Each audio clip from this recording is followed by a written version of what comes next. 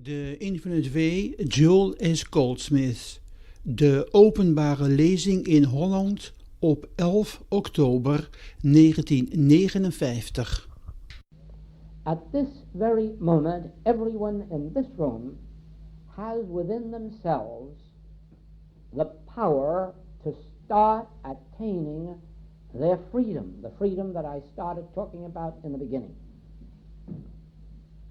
Right now, as of this moment, you can make your start to attaining the freedom that Jesus intended we should have when he broke all the rules of his church and started to teach the masses. The way you bring this about is this. Remember that prayer is an activity of God in your consciousness. Prayer is an activity of God that takes place within you, whereby God's grace is brought to your individual experience. Prayer is God's means of imparting itself, God's own self, to us. Prayer is God's means of communicating with us. Not that we are two. No, I and the Father are one. But the Father within me is greater than the Joel me. Therefore, this infinite intelligence, which is divine love, speaks to Joel through prayer, feeds him, clothes him, houses him, goes before him to make the crooked places straight, protects him from whatever nature of belief there may exist in the world of an erroneous nature. In other words, then, through the ability to be still, the Word of God, which is prayer, reaches individual consciousness, and when he uttereth his voice, the earth melteth. Therefore, always remember that by means of prayer you attain your freedom from physical domination, mental domination, limitation, sins, diseases, and even death. Through prayer, through an act of grace performed by the Father within you, in you, through you, upon you. Therefore, prayer is your inner communion with God. Prayer is your safety and security in God. So that when you hear of physical powers of destruction in the form of sin, disease, death, lack, limitation, bombs, or when you hear of mental powers that can control you or destroy you, smile within yourself and remember the word prayer. Prayer, the voice of God, the act of God, the grace of God within me, is my high tower, my fortress, and neither physical might nor mental powers can enter my consciousness to defile or to make a lie. See how you would lose this if you accept the word prayer in connection with anything of a mental or an evil or a destructive nature. Remember that the word prayer is the most sacred word you can take into your consciousness, and that it is your protection from both the physical powers and the mental powers of what the Master called this world. This will be important to every man, woman, and child on earth in these days when mental powers will be introduced to the world under the name of prayer. Don't accept it. Not any more than you would accept physical might as being prayer. Don't accept mental might as prayer.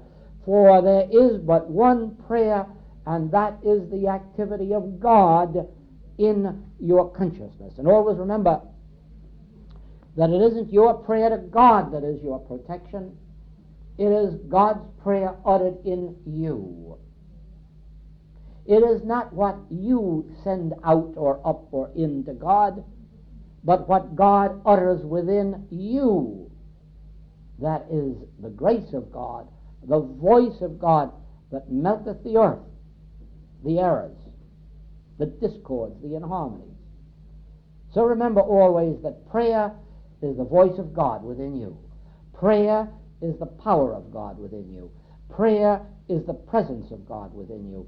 Prayer is God speaking to his Son, which you are. And then prayer will always represent to you one power. Only one. And that's the power of God's grace. Thank you. Thank you until tomorrow night. Even proberen of dit geluid al voldoende is om opgenomen te worden. Dit is al voldoende versneld.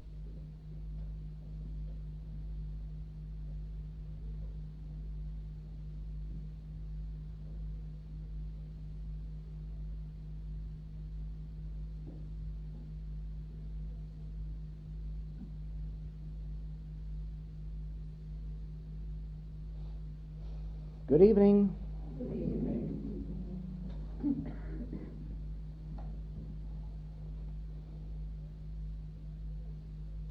We must always remember that a spiritual message cannot be heard with the ears. No spiritual message is ever heard with the ears. It can only be heard with the inner ear. The Master says, do you have ears and do not hear? Do you have eyes and do not see? Meaning, do you not have this inner awareness that can receive a spiritual message? The things of God are foolishness with man. That means the things of the Spirit are foolishness with the human being, with his brain, with his mind, with his ear or his eye, physical ear or physical eye. As a matter of fact, the things of God cannot be discerned by man, the human being. That is why we have so many different branches of study. We have material sciences, we have mental sciences, philosophies, and then the spiritual or the mystical. And the things of the physical and the mental can all be known by a human being, a person who has a mind and a body. But that person can never receive a spiritual message unless they have the intuitive faculty, the power of spiritual discernment, or what is sometimes called the fourth dimensional consciousness. The disciples of the Master spent 3 whole years with him in very close contact. So far as we know, not one single one of them understood his message except very, very scantily. Not a one of them, so far as we know, caught the real import of his message.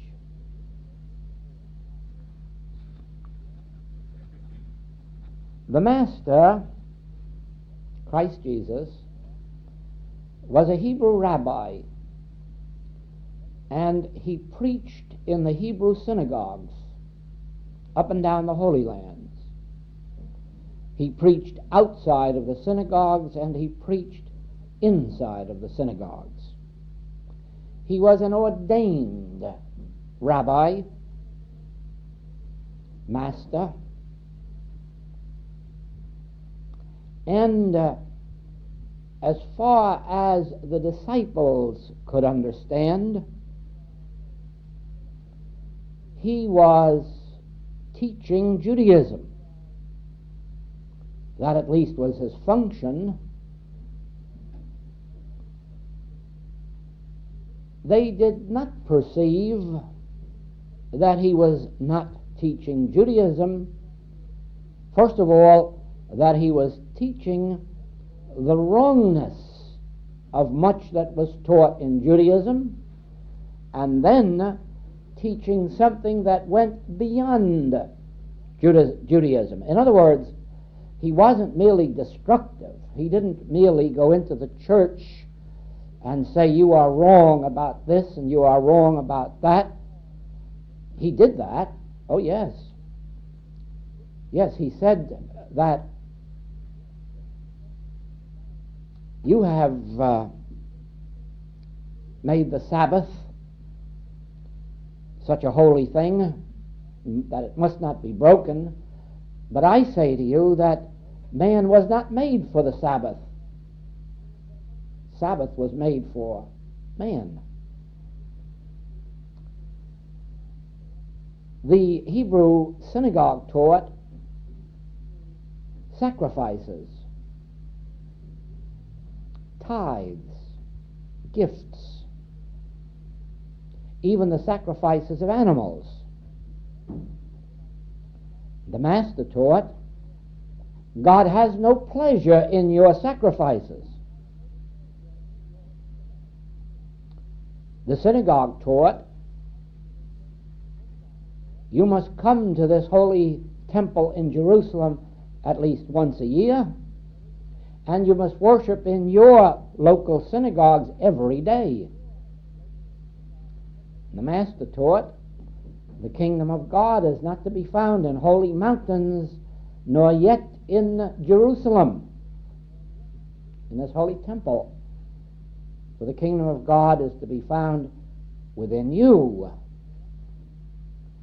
The synagogue taught that you come to these synagogues to pray. And the master taught that if you pray to be seen of men, to gain men's approval, even the synagogues, you will benefit by the good opinion of man, and thereby sacrifice the gift of God. The synagogue taught the giving, free giving, public giving of funds, the honoring even of the rich who gave liberally to the synagogue. And the master taught that if you do that, you'll win the approval of men, but you'll lose the approval of God. You must pray in secret.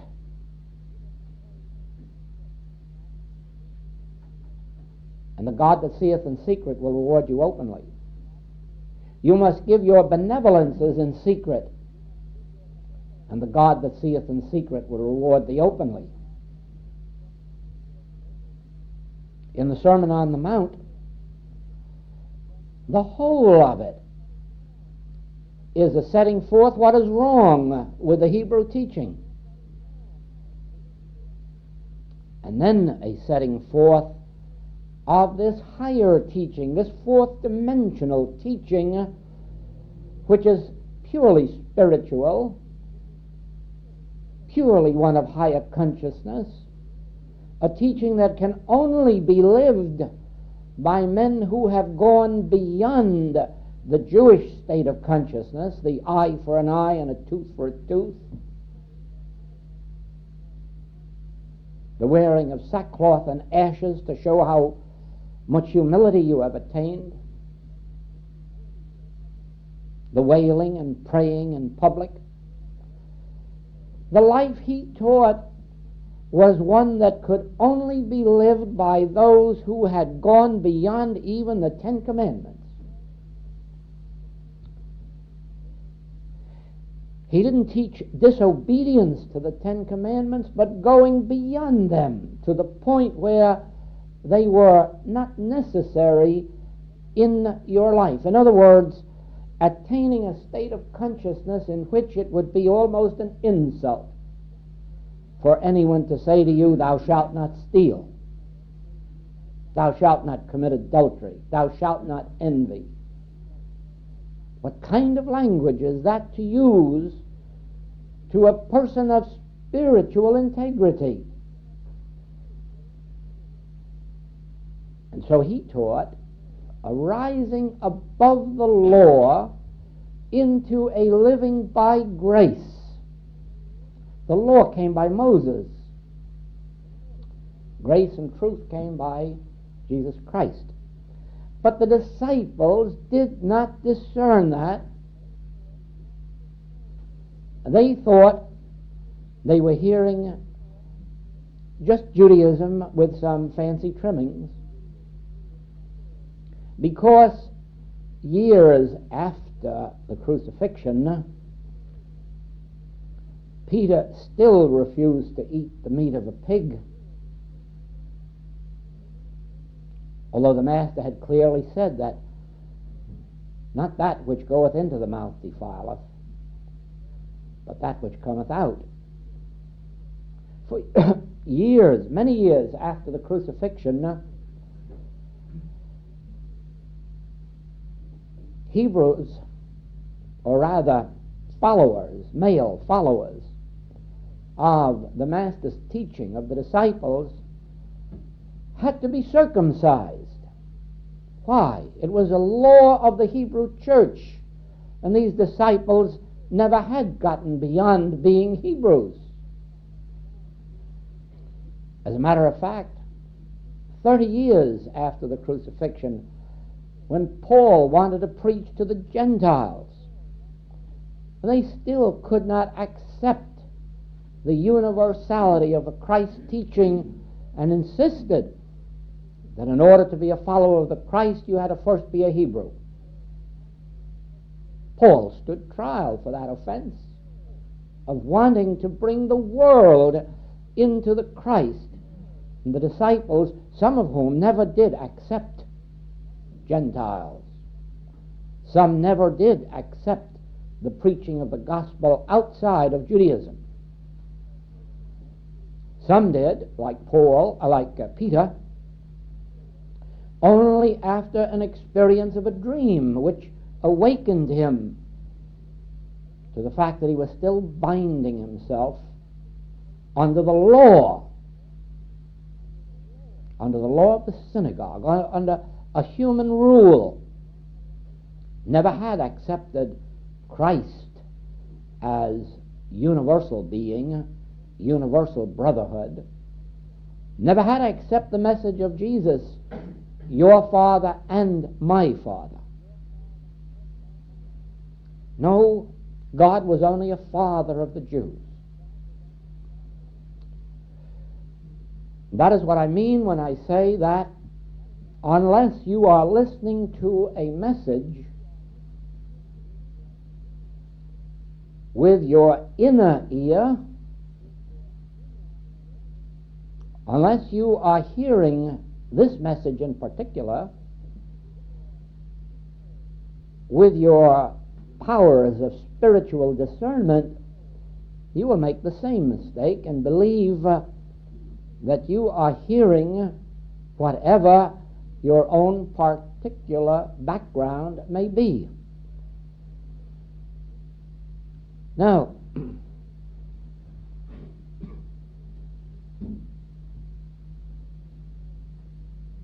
the metaphysical message of the infinite way is a direct contradiction of every metaphysical message that is known on earth today.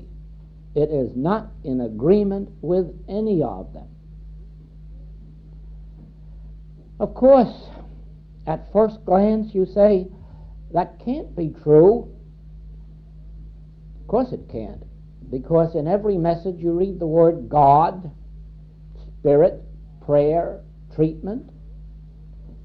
And so you say, well, then it must all be the same. No, no. You will have to search to find why there is a message of the infinite way. If the infinite way were Christian Science, there would be no need for the infinite way. If it were unity, if it were any of the New Thought teachings, there would be no need for adding another one. As a matter of fact, I very often receive letters telling me how grateful someone is that they have found the infinite way because now they understand the absolute messages. And of course the infinite way is absolutely a contradiction to every one of the absolute messages. In no respect at all does the message of the infinite way agree with any of the absolute metaphysical messages. Difficult at first to realize, I know that, because it isn't easy at first to catch the specific principles which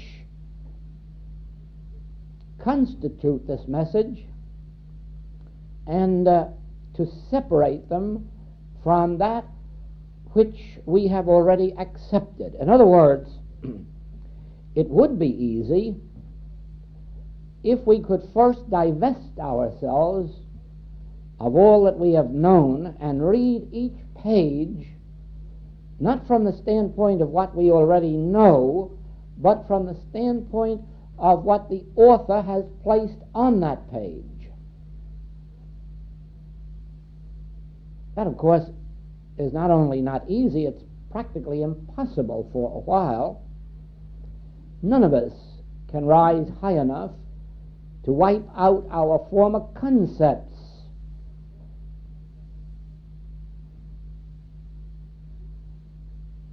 On this very trip, a minister came to me after a lecture and said, I can agree, I can go along with you on everything you said except one thing. You said that we must never pray to God for anything.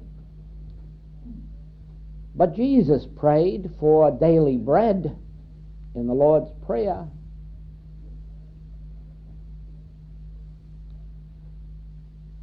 And I said, yes.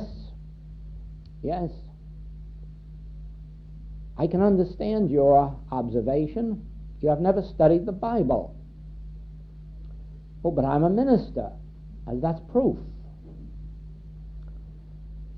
You went to a seminary and your teachers pointed out certain passages and told you what they meant.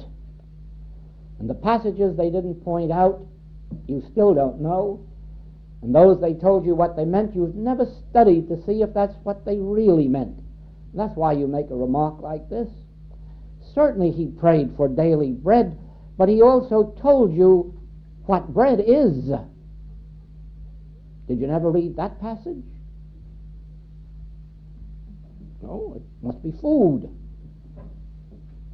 Can't be food because he specifically said, take no thought for your life, what you shall eat, or what you shall drink, or wherewithal you shall be clothed. So he couldn't have meant food or clothing or housing.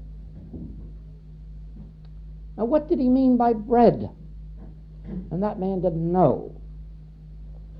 But when I pointed out to him that the Master had said, I am the bread and the meat and the wine and the water, for a moment he was stunned, and then he said, how could I have missed it all of these years when I quote it every Sunday? Of course you have to quote it with every communion service, with every holiday. But you see, you are reading with this and not with this. So with us. To begin with, once you perceive that there would be no message of the infinite way if there had not been some direct revelations which are contrary to or not included in other teachings. We might put it another way. I would still be affiliated,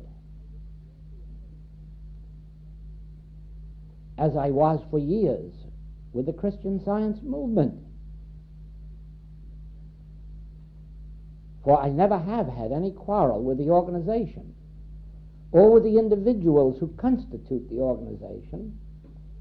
And I have over and over again publicly stated, because in my heart of hearts I believe it, that someday Mrs. Eddy will be recognized as the greatest human who has ever lived throughout all time.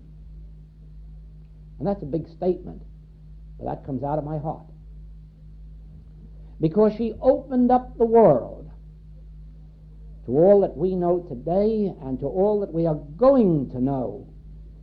She was the pioneer who opened our consciousness, the consciousness of everybody, whether they're in Christian Science or Unity or New Thought, regardless of which of the modern religions they're in, the chances are they wouldn't be in if it hadn't been for the one who, in this age, opened our consciousness to a whole new world and made it possible for us to enter a consciousness heretofore untapped since the days of Jesus Christ. But that doesn't change the fact that when it comes to healing, the principles of the infinite way, the principles that I used when I was in Christian Science, were not those of Christian Science, because I never at any time could accept them, not as healing principles. My own inner unfoldment had shown me, first of all, that all evil is impersonal. Therefore, it is folly ever to use the words you, he or she, in instruction or in treatment. In other words, there's no use uncovering error in the patient's thought. It is folly to look for a mental cause for a physical disease.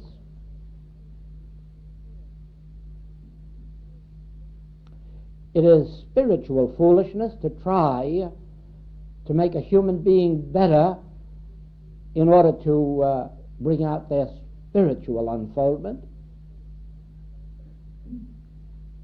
It has no part in a spiritual demonstration to make a person more loving or more just or more forgiving or more anything else or less of anything else. In other words, the first revelation, direct revelation that I ever had on the subject of spiritual healing came 2 years after I was active in the healing work, but not knowing what the principle was that healed. And the first revelation was that evil is impersonal. Never, never use the name of a patient. Never ascribe any error to the individual. Never try to correct the individual or improve the individual or heal the individual, for that way lies folly. As unfoldment after unfoldment came, the revelation became clear that there is one universal source of all evil. And it has nothing to do with you or me, except that we're victims of it. But in no wise do we cause it. In no wise do we produce an evil effect in our own lives. In no wise are we responsible for the evil in our lives except by our ignorance of the principle of life. And as we lose that ignorance of the principle of life, the discords and the inharmonies begin to evaporate. Now, as patients came to me, and I was able to turn a deaf ear to the stories they told me of their unhappiness, of their mean husband, or the wife who didn't understand, or the child who was disobedient, or the parent who was dominating, or the employer who was unreasonable, or the employees who were worse than unreasonable. As I could turn a deaf ear to these and recognize that this evil is not of man.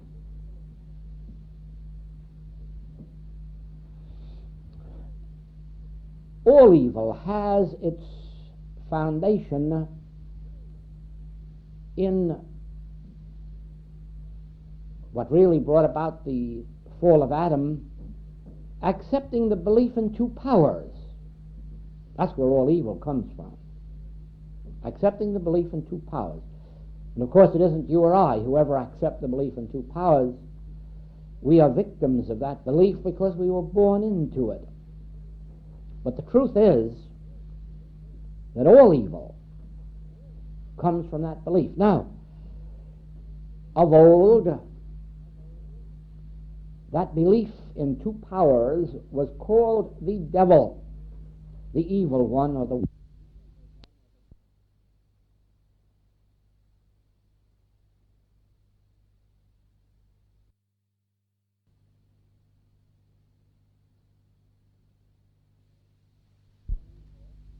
one evil, but it was recognized as being one evil, or the evil one, and not the 4 billion people who are on earth. It's just one evil, and only one evil one, and that one called the devil. But the devil was pictured so graphically in the experience of Jesus in the 3 temptations that the world should never again have been fooled. Here is Jesus, a master, a spiritual master, yet faced with 3 temptations, even as you and I. And we are shown that series of temptations in such a graphic form. The devil standing there, tempting the master 3 different times. You all know what became of the master, but do you remember what became of the devil? Does he enter the picture again? Did he have any power? Did he do anything? Did he cause anything? The devil was proved to be powerless, a nothingness, nothing but a tempter. That ends the devil. And what was the devil tempting with? Belief in good, fame, fortune, recognition, power. He wasn't tempting him with anything evil. He was tempting him with good. Jesus was already beyond being tempted with anything evil. No use tempting him with diamonds or beautiful blondes. He was beyond all that. But he was tempted with good. And he recognized, too, that it was temptation. And the poor devil died right there, a horrible death. Nothing happened because the devil had no power beyond tempting. Any power would have been given by an acceptance of temptation. Not by the devil. The devil still would have no power. All power would have been in accepting temptation. But not accepting temptation, there's no power of any kind. For all time, then, we should have learned through that the source of all temptation, all evil, whether of sin, of disease, of lack, of death, of war, or even of fame or fortune or diamonds or high position and power, all of this is devil temptation, and then recognizing that it's dead, and we go forward in our harmonious way. Now, it may have been Paul who set Christianity back a couple of thousand of years with all of his goodwill and all of his good work, because he made the one blunder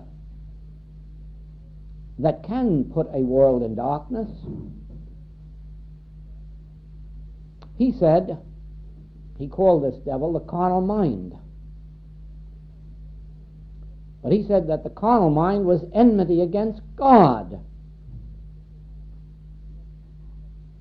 And of course, that's what's been accepted.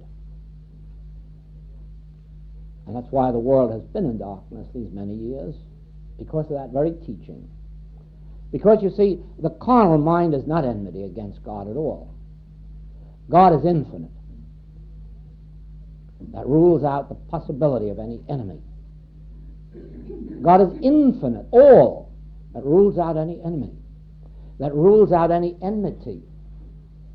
That rules out any power. But you see, Paul died in prison because he was always out fighting the carnal mind. He's the greatest fighter of the carnal mind that ever lived. And he ended up where all people end who fight the devil. The devil keeps right on going while they end up. You can't fight the devil because the devil is a nothingness, an illusion, a mirage, a mental image to which we give power, which in and of itself has no power. The carnal mind is not enmity any more than 2 times 2 is 5 is enmity against mathematics. How can that be? How can 2 times 2 is 4 have an enemy? As a matter of fact, 2 times 2 is 5 has no power whatsoever unless we would accept it. And then what would be the enemy? Our ignorance of mathematics. Not 2 times 2 is 5, that's no enemy. That has no power. Our ignorance of mathematics, that may get us into a lot of trouble. And our ignorance of truth gets us into all of our trouble, because the Master said, "Ye shall know the truth, and the truth shall set you free." He never said a word about God setting you free. He never said a word about having to go to God to be set free. He never said that God would overcome your enemies. As a matter of fact, he said frankly, "I have overcome the world." How? By knowing the truth. What truth? Just come along a little way along that road on the Holy Land there and see this paralyzed man by the roadside begging to be healed. And just think of this unkind, cruel answer of Jesus Christ. What did hinder you? Isn't that a terrible thing to say to a man? No sympathy in it, no pity. Not even, "I'll go to my Father, I'll go to God and see what he can do for..." No, just, "Well, what did hinder you? Pick up your bed and walk." Not a word about God. Not a word about your sins did this to you. Not a word about your wrong thinking. Just, what did hinder you? Pick up your bed and walk. And he did. Why? Because as with the devil, the condition had no power, except as the individual accepted the universal belief. A little further, and there's a blind man begging to be healed. The Master doesn't go to God. The Master doesn't pray. Just open your eyes. In other words, what's keeping them closed? What power is there apart from God?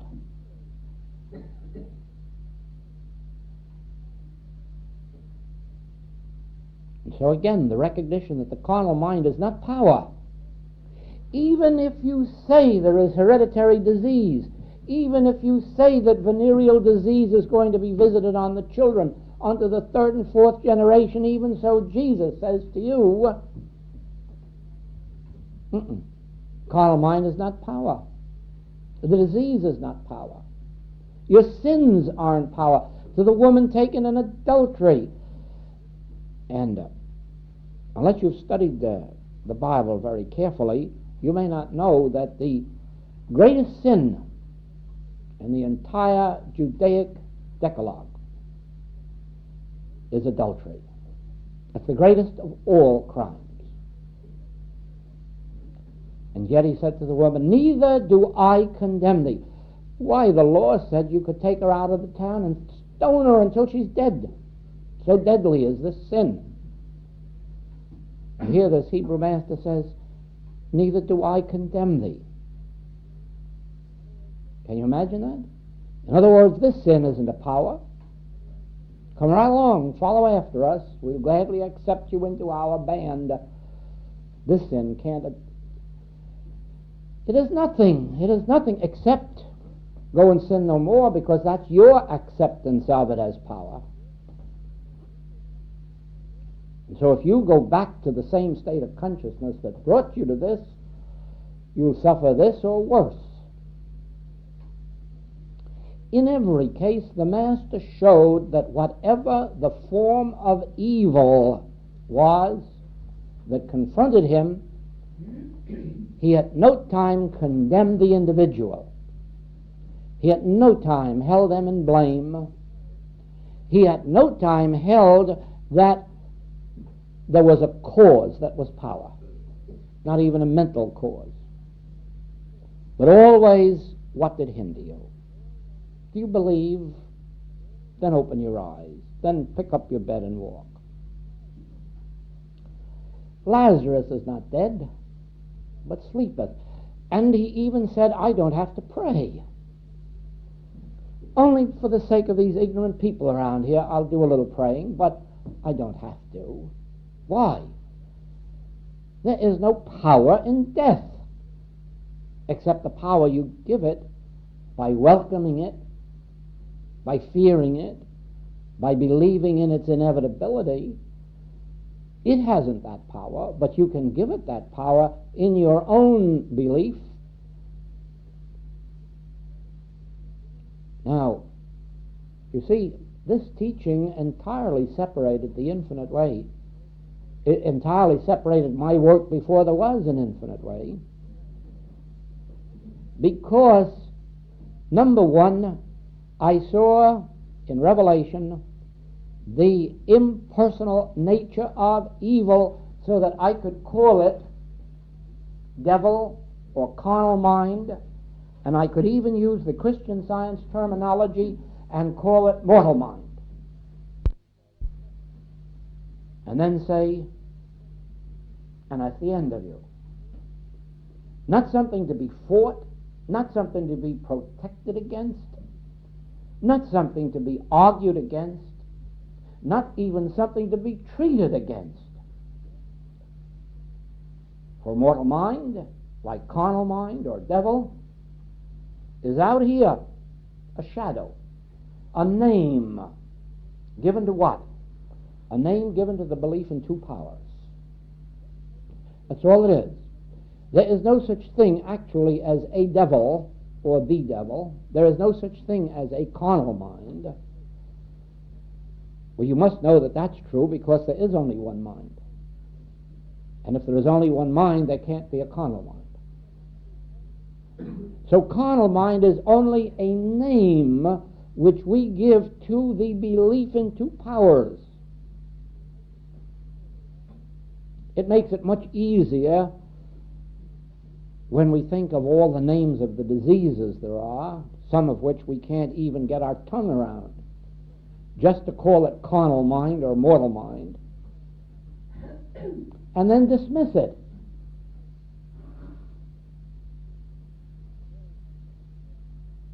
And so we have terms like devil, carnal mind, mortal mind, mesmeric mind, the human mind.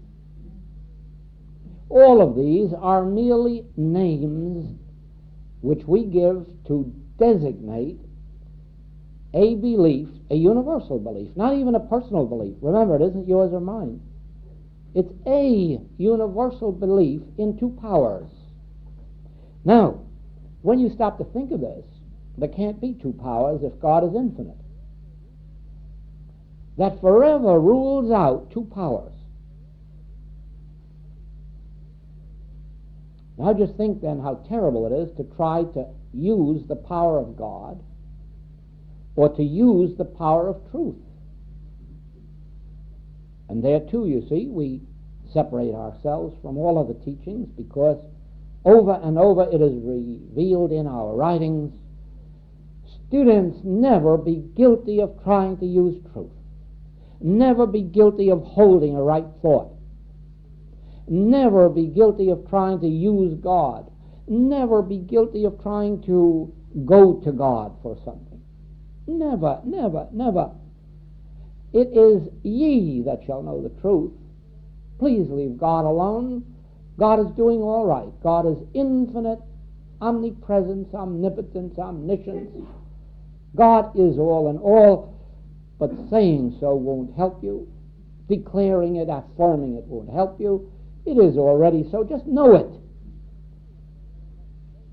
and be satisfied. But don't use it, because the minute you do, you're acknowledging there is something to use it over or against or upon. And now who has set up a second power? There are not two powers. There is not a divine mind and a mortal mind.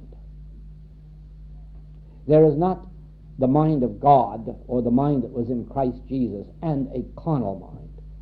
There couldn't be, otherwise you must rule out a God of infinity.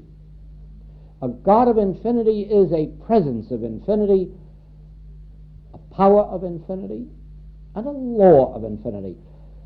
And so you see, we come down to another basic principle of the infinite way, which is simple when you understand it, but which you never will even know is in the books, unless you're reading with that fourth dimensional mind, consciousness. If God is infinite spirit, and if God is the only lawgiver, and if God is infinite, there can't be any other lawgiver, then the only law there is spiritual law. Now what happens to your material laws and mental laws? Now what happens to your laws of infection or contagion? Now what happens to your laws of malpractice? Now what happens to your laws of any kind, material or mental? If God is infinite, and if God is the only lawgiver, and God is infinite spirit, and all law is spiritual law, then anything that comes under the heading of material law or mental law must immediately be seen as that carnal mind, that devil, that non-existent belief in two powers.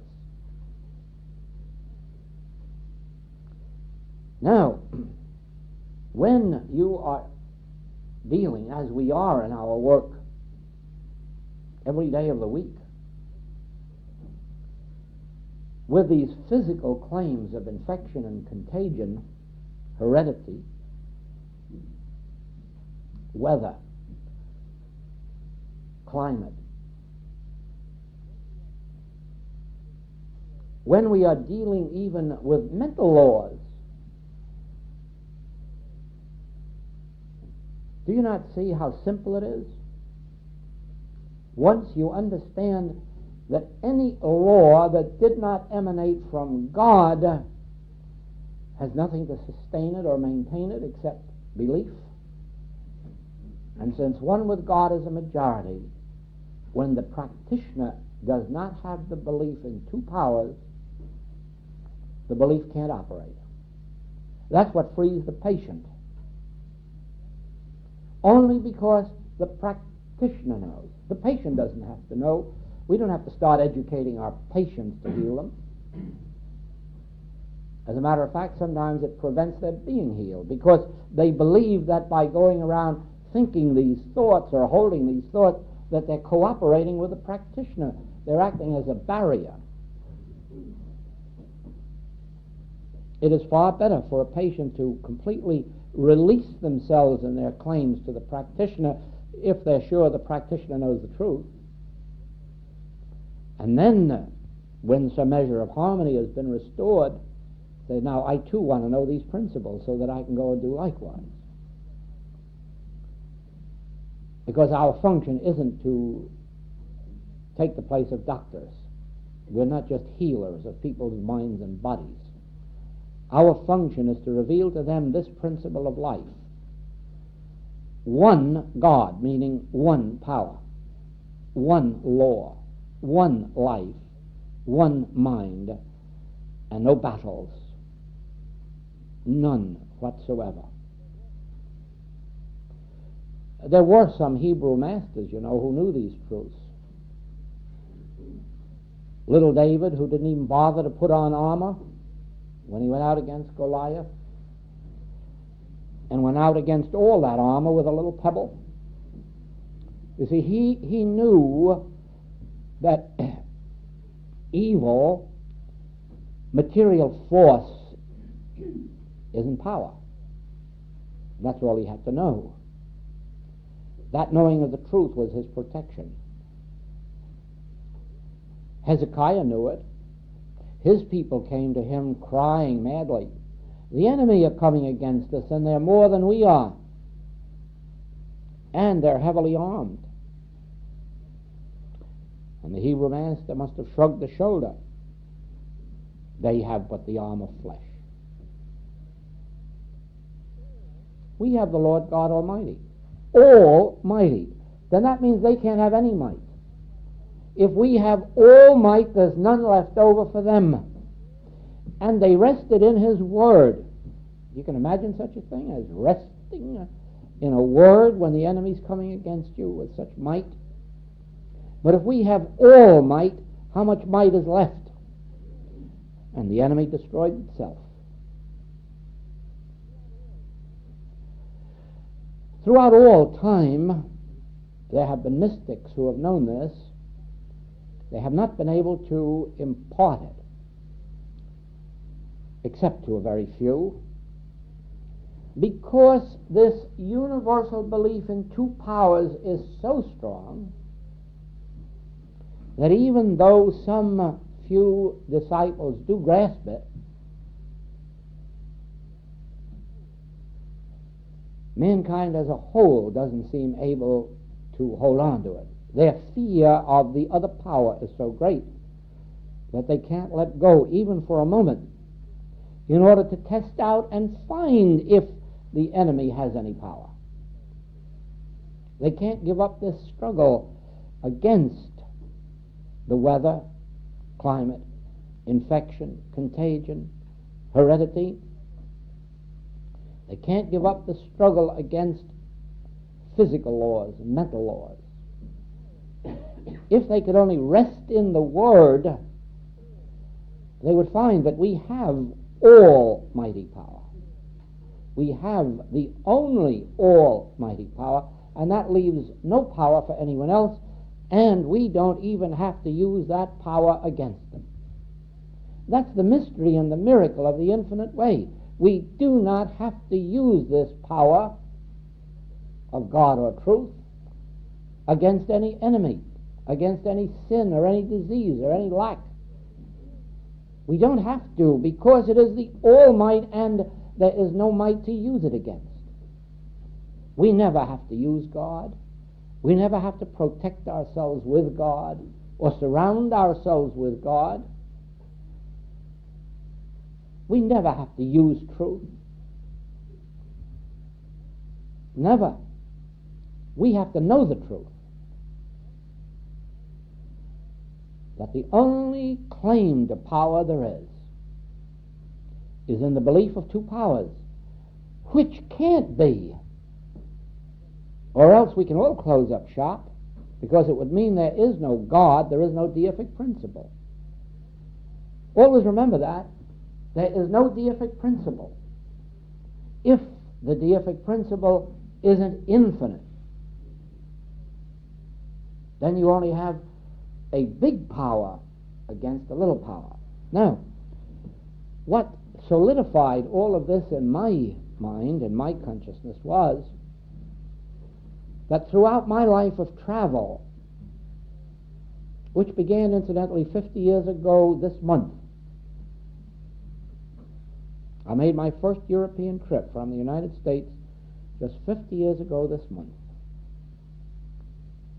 Visited England, Holland, Belgium, France, Germany, all of these European countries. And I have been traveling them ever since, missing quite a few of the war years twice, but otherwise a pretty regular visitor. But always witnessing a big might destroying a little might, a big nation hurting a little nation, a big army destroying a little army, always proving Napoleon's theory. The general with the most battalions wins the victories. Those who get there fastest with the mostest. Always the human life is presenting a picture to us of one power dominating and overcoming another power, the stronger overcoming the weaker.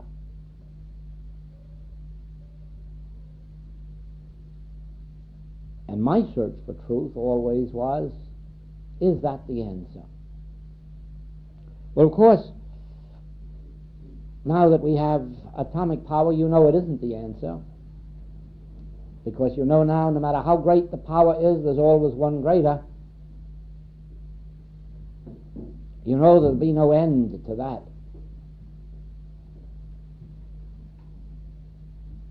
And so the world can never rest, if that's the secret of life, just having one bigger power to overcome a lesser power, and on and on and on. But no, you see, the secret has been revealed that ends all that.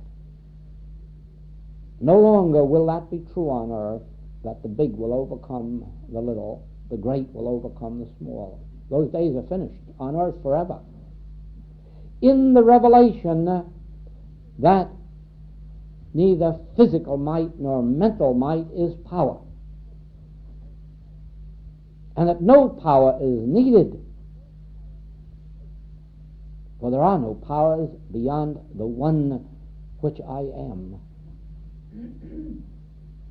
No power is needed, and your life begins to be harmonious the minute you recognize this principle. Let us stop seeking even God power, for we don't need it. God power already is, and it is omnipresence. You don't have to go to holy mountains for it. You don't have to go to holy temples for it. You don't have to go to holy men or women for it. You must know the truth. The only place that a spiritual teacher or a spiritual teaching can play in your life is to reveal this truth to you and probably help you in the early stages to come to the realization and demonstration of it. After that, you're on your own. You don't need holy teachers. You don't need holy teachings. You don't need holy books. You honor them. You respect them because they reveal the truth. But you yourself are now the law unto your own experience. That's why the Master could say, if I go not away, the Comforter will not come to you. If you are going to depend on holy teachers and holy teachings, if you are even going to depend on a God, the Comforter never will come to you. Never. Only when you know that God is and can rest in that truth, God is. Because God is, all this thing we call devil, carnal mind, mortal mind, material law, mental law, material powers or mental powers, the arm of flesh, nothing is. And as you know this truth makes you free. That's the type of freedom I spoke of last night. The type of freedom which comes from knowing the truth, not using the truth. For there's nothing to use truth on. There are no evil powers. Yes, there are those on this plane, and there are those who have passed from human sight, who know the nature of physical power and of mental power, and many people have become victimized by this. But there again, it's only for one reason, ignorance of this truth. It really makes no difference whether these people using physical powers or mental powers are on this plane of existence or the next. There isn't any more power there than here, or here than there. For there is but one power. Be not afraid, I am he. Be not afraid, I am he. I am. Be not afraid, I am. And beside me there is none else, no other powers.